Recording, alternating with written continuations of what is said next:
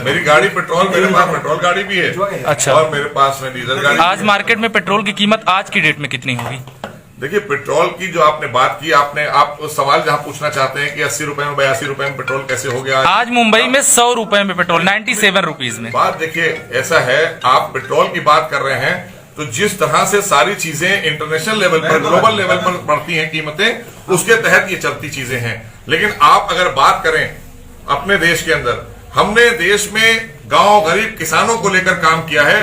Petrol और diesel के दाम जो बढ़ते हैं या इसकी जो नीति है वो अंतर्राष्ट्रीय लेवल पर तय होती है, ये सबको पता है, चाहे उनकी सरकार रही हो चाहे हमारी रही हो। इसको लेकर जो आप प्रश्न उठा रहे हैं, हमेशा कोई चीज की प्रश्न जब उठते हैं उसमें एक पॉजिटिव चीज ढूंढने की प्रयास होना चाहिए।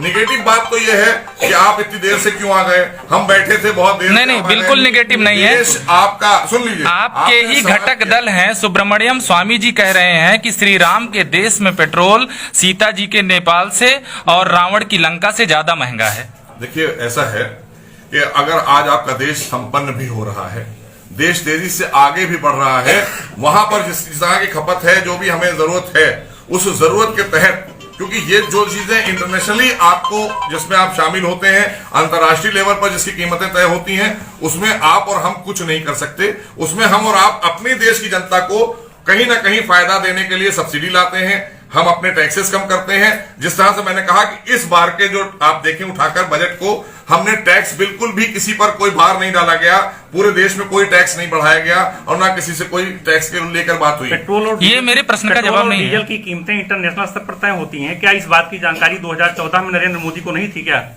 नरेंद्र मोदी कहते थे कि अगर पाकिस्तान में पेट्रोल 35 रुपए लीटर बिक सकता है तो भारत में पेट्रोल की कीमतें 35 रुपए लीटर क्यों नहीं हो सकती?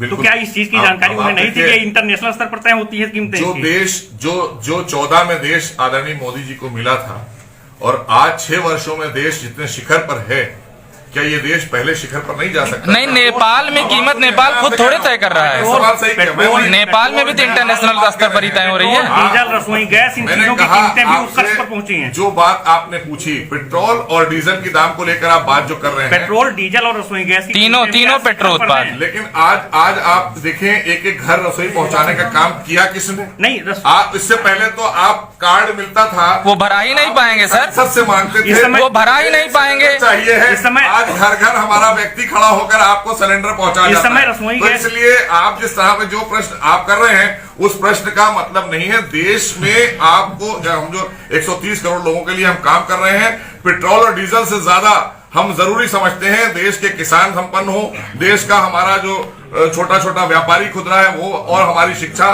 की जो स्तर है वो बढ़ना चाहिए। देश में विकास तेजी से हो रहा है या नहीं हो रहा है, आप बता दीजिए। इस समय रसोई गैस की कीमतें कितनी पता है आपको? सॉरी, रसोई गैस सिलेंडर, एक सिलेंडर कितने का है? ये उतार चढ़ाव इनमें अप्स एंड डाउन्स रहेगा, हमेशा रहा है। इनको लेकर आप कभी ये मत करिए कि हमारी सरकार में बढ़ गया और पिछली सरकार में नहीं था। सब्सिडी लोगों को, ये जो बात आपने लोगों के खाते में सब्सिडी कितनी जा रही है, इसके अलावा आप आइए, इसके अलावा आप आइए, ये वो चीजें हैं जो हमेशा रहेंगी। कोई भी सरकार थी, घटती और बढ़ती नहीं है। हमने इसीलिए देश को आगे बढ़ाने के लिए, देश के लोगों को संपन्न करने के लिए और कामों पर ध्यान दिया। जब सिलेंडर की कीमतें 600 रुपए थी, तब भी लोगों के खाते में सब्सिडी, जिनको मिलती है रेयर लोगों को, उनके खाते में सब्सिडी 49 जाती थी। जब सिलेंडर की कीमतें 650 हुई तब भी 49 जाती है, जब 700 हुई तब भी 49 जाती है। इस समय 749 रुपए है, तब भी सब्सिडी सिर्फ 49 रुपए जाती है।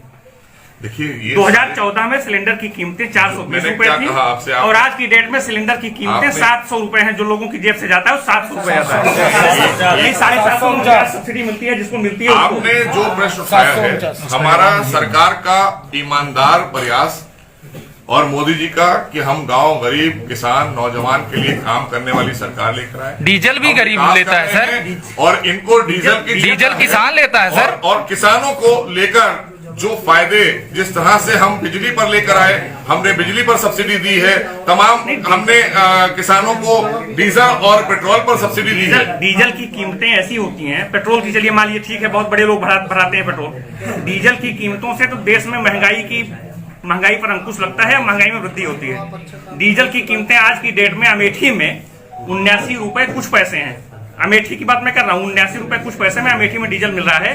ये पूरे मुझे लगता है आज तक का जो है ऐतिहासिक दिन होगा।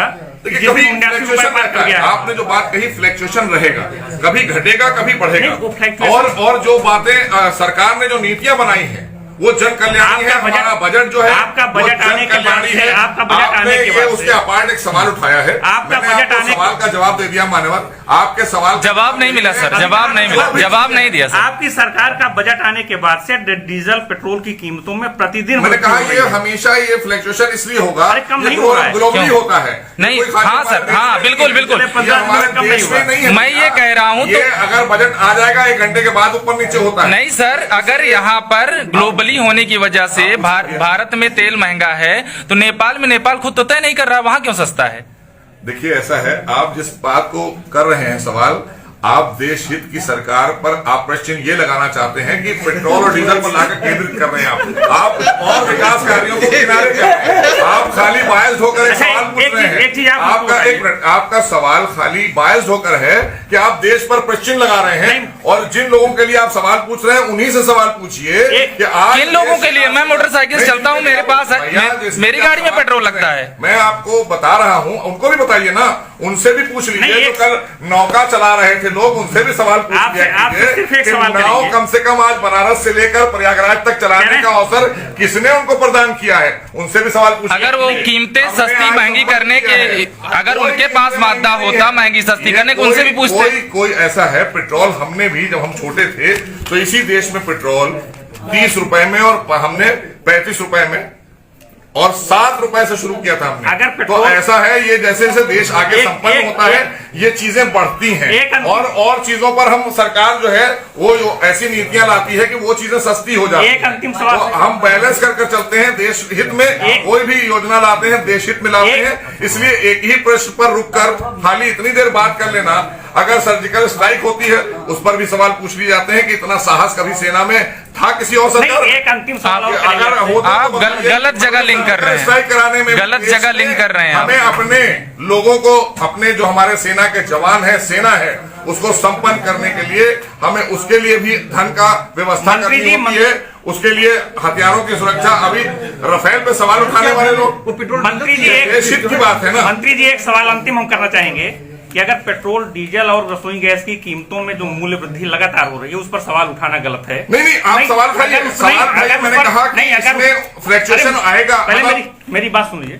अगर उस पर सवाल उठाना गलत है, उस पर सवाल उठाने नहीं, का सवाल मतलब उठाना- आप बायस्ड कह रहे हैं इस सवाल पर। करिए आप। पूरी बात तो सुन लीजिए। अगर उस पर सवाल उठाना नकारात्मक विपक्ष का काम है तो आपकी सरकार के पहले, मतलब केंद्र में जब 2014 से पहले आपकी सरकार नहीं थी, 2014 से आपकी सरकार है, उसके पहले डीजल की कीमतों में 50 पैसे मूल्य वृद्धि होती थी तो आपकी सरकार हंगामा करती थी किसानों की कमर टूट जाएगी।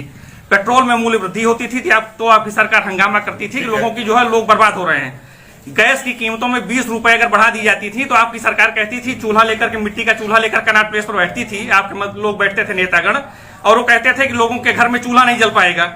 आज अगर उस 420 रुपए के सिलेंडर की कीमत 750 रुपए हो गई है तो सवाल उठाना गलत हो गया।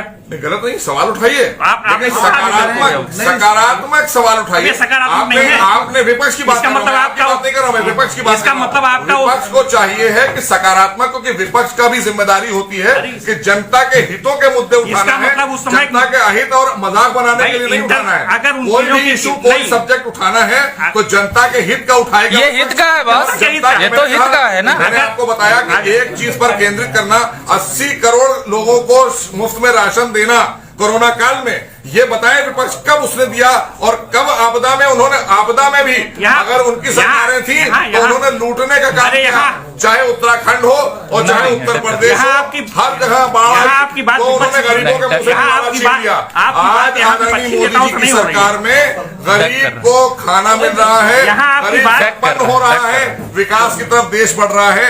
आज आप अच्छी तरह से जानते हैं मैं ये कह रहा हूं कि आपके पास में कोई भी एक वो नहीं था, तो आपने भी तय किया हम एक ऐसा वो लाएंगे, ये आप भी जानते हैं। मैं कह रहा हूं कि ये आपकी बात पेट्रोल और विपक्षी डीजल, नेताओं से नहीं हो ये रही है। 5 पैसे, 10 पैसे, 15 पैसे, अरे मेरी बात कभी बढ़ जाता है, यहाँ नहीं घट जाता देंगे। है। यहाँ तो इसको यहाँ आप जो आपकी बात है, विपक्षी सर, नेता से आज नहीं की हो रही है। तारीख में इसकी पॉलिसी बदल चुकी है, पहले और आज में बहुत अंतर है। आज किसी को परेशानी नहीं है, लेकिन विपक्ष के पास कोई मुद्दा नहीं है। यहाँ विपक्ष नहीं बैठा है मंत्री जी, यहाँ मीडिया के लोग बैठे हैं और मीडिया के लोग आपसे सवाल किया, मैंने जवाब दे दिया। विपक्ष से भी पूछिए, मैं कह रहा हूँ विपक्ष से पूछिए कि विपक्ष के पास आज कोई मुद्दा क्यों नहीं है। उनसे क्यों पूछे ये सवाल, उनसे क्यों पूछे? विपक्ष एक इशू ला के दिखा, आज सवाल आपसे एक इशू, एक लाइन में सर कंक्लूड कर दीजिए कि पेट्रोल की बेतहाशा बढ़ती कीमतों की वजह क्या मानते हैं? एक लाइन में कंक्लूड कर दीजिए। है इंटरनेशनल लेवल से बढ़ती हैं इसकी कीमतें, हम नहीं तय करते हैं।